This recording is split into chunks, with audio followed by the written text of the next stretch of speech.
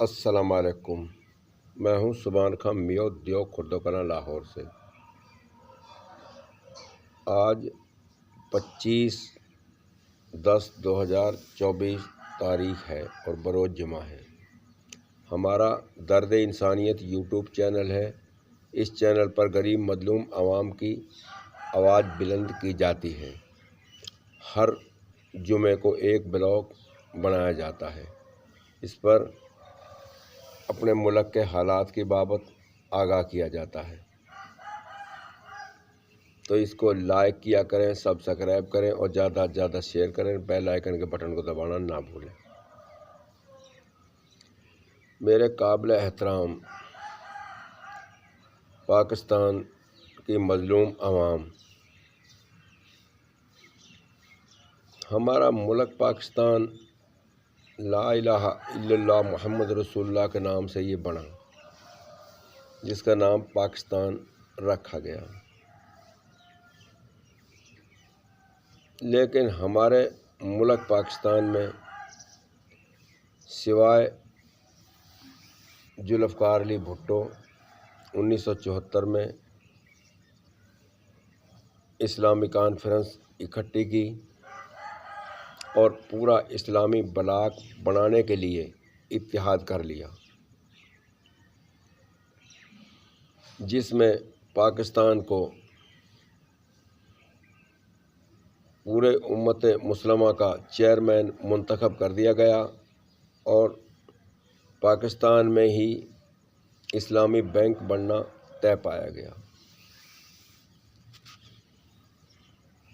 لیکن ہمارے جو نبی کریم صلی اللہ علیہ وسلم کے امتی کہائے جاتے ہیں، جن میں علماء دین بھی شامل ہیں اور تمام پارٹیاں شامل ہیں، انہوں نے آپس میں اتحاد کر کے کہا کہ ہمارے ملک پاکستان میں گستاخ رسولوں کو غیر مسلم قرار دیا جائے۔ قادیانیوں کے خلاف احتجاج کیا تو ذوالفقار علی بھٹو نے انہی کے ہی جمعے لگا دیا کہ مناظرے کرو آپس میں، تو ان کا ٹائم مقرر کر دیا، کسی عدالت کے حوالے نہیں کیا، تو جس پر قادیانی واقعی گستاخ رسول ثابت ہوئے اور وہ غیر مسلم قرار دے دیے گئے۔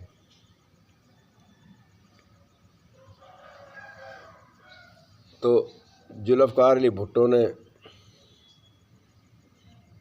اس مسلمانوں کا اتحاد قائم کروا کر اور اعلان کیا، کہا کہ پاکستان میں سوشلزم اسلامی ہوگا اور کسی کے سنگ کوئی ذاتی نہ ہوگی۔ آج وہی ذوالفقار علی بھٹو کا ہی بنا ہوا 1973 کا آئین ہے، جو غریب مظلوم عوام کو تحفظ دیتا ہے، اور ذوالفقار علی بھٹو ہی ایٹمی پلانٹ لے کر آیا، جس کو تمام ترجیح ڈاکٹر قدیر نے دی۔ اللہ ان کی آخرت بہتر کرے دونوں کی۔ جو ملک کے بارے میں اچھے ہیں، قوم کے بارے میں اچھے ہیں اور امت مسلمہ کے بارے میں اچھی سوچ رکھنے والے، وہ اچھے ہی ہوتے ہیں، تو اللہ ان کو اچھی جزا دے آخرت میں اور ان کو شہادت کا درجے سے نوازیں۔ ذوالفقار علی بھٹو کے علاوہ کسی نے آج تک کوئی ایسا قدم نہیں اٹھایا کہ اسلامی بلاک بن جائے، اور امریکہ کی غلامی صرف کی ہے، اور امریکہ کی غلامی کو اختیار کر کے وہی پارٹیاں ان کے 9 ستارے بنے اور ذوالفقار علی بھٹو کے خلاف جھوٹی تحریک چلائی، کیونکہ اسلام کے ڈیفرنٹ تھے نا، وہ اسلام بلاک چاہتے ہی نہیں تھے۔ تو پاکستان میں انصار پیدا کر دیا اور ذوالفقار علی بھٹو نے اقتدار چھوڑ دیا اور جنرل ضیاء نے اقتدار حاصل کر لیا۔ بھلا آدمی سمجھ کر اور ایماندار سمجھ کر ذوالفقار علی بھٹو نے اس کو جنرل بنا کر اور اس کے حوالے کر دیا، لیکن وہی منافق نکلا۔ پھر ہمارے ذوالفقار علی بھٹو کو گرفتار کروایا اور اس کے اوپر جھوٹا مقدمہ بنوایا، اور پھر اس کے خلاف ہماری عدلیہ جو عدلیہ کے جج، ان نے گستاخ رسول کا ارتکاب جرم کرتے ہوئے اس کو سزائے موت کا حکم جاری کیا، اور وہ دنیا سے شہادت ہو کر پا کر دنیا سے چلا گیا۔ اللہ پاک اس کو جزا دے اور اس کی آخرت بہتر کرے۔ تو یہ ہمارے امریکہ کے غلاموں کا حال ہے۔ یہ غلامی ہونی چاہیے تھی نبی کریم صلی اللہ علیہ وسلم کی، جیسے ذوالفقار علی بھٹو نے اختیار کی۔ اس کے خلاف انہوں نے وہ بہتان لگایا جو نہ لگانے والے ہیں۔ تو ہمارا ملک پاکستان آج جو یہ بربادی میں آ رہا ہے، اسی لیے آ رہا ہے کہ نبی کریم صلی اللہ علیہ وسلم کی زندگی چھوڑی ہوئی ہے اور امریکہ کی غلامی اپنائی ہوئی ہے۔ امریکہ تو ایک کی پالیسی ہے فرعون کی اور نمرود کی اور یزید کی ہے، اور ہمارے نبی کریم صلی اللہ علیہ وسلم کی پالیسی اللہ کی پہچان کروانے کی اور ہر مسلک کو تحفظ دینے کی ہے۔ جو قرآن پاک کا نظام نافذ ہونا چاہیے تھا، جو ہمارے انہوں نے نہیں ہونے دیا۔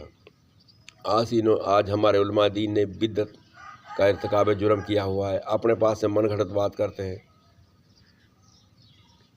تو یہ موت کی بعد کی زندگی ہے جون سی، یہ سبھی بھول چکے ہیں، اور سب نے نبی کریم صلی اللہ علیہ وسلم کے عقیدے سے اور اللہ پاک سے جنگ مسلط کی ہوئی ہے، اور اپنی من مرضی کرتے ہیں اور غریب مظلوم عوام کو لوٹتے ہیں۔ آج رشوت کا بازار گرم، لوٹ کھسوٹ کا بازار گرم، اور غریب مظلوم عوام پر انتظامیہ جھوٹے مقدمے بناتی ہے، عدلیہ انصاف کرنے میں ناکام۔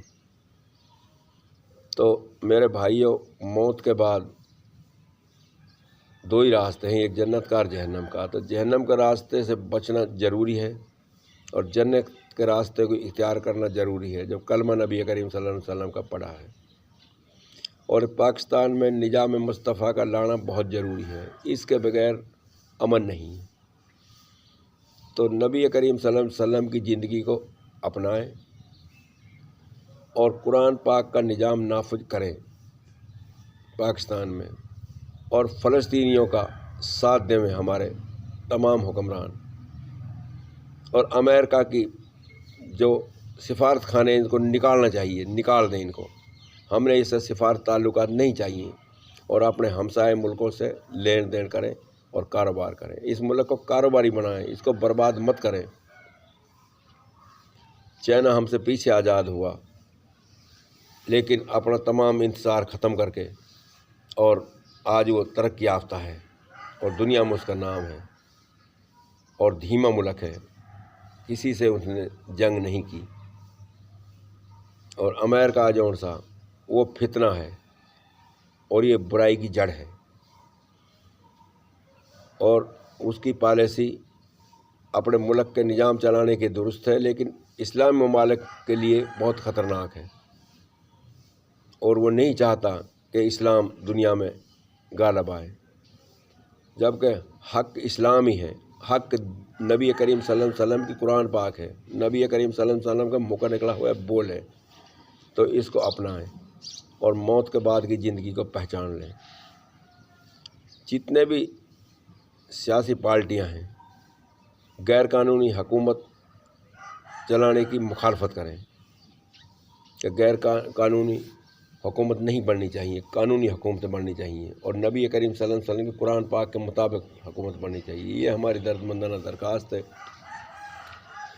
اپنے تمام عہدیداروں سے۔ سب نے کلمہ پڑھ کے بیٹھتے ہیں، پھر گستاخ رسول کا ارتکاب جرم کرتے ہیں۔ تو اللہ پاک سے ڈر جائیں اور اللہ پاک کو پہچان لیں یہ ہماری دردمندانہ درخواست ہے، ورنہ موت کے بعد دو ہی راستے ہیں، ایک جنت کا اور ایک جہنم کا، تو جہنم کے راستے سے بچیں، جنت کے کو اختیار کریں، یہ ہماری دردمندانہ درخواست ہے۔ السلام علیکم۔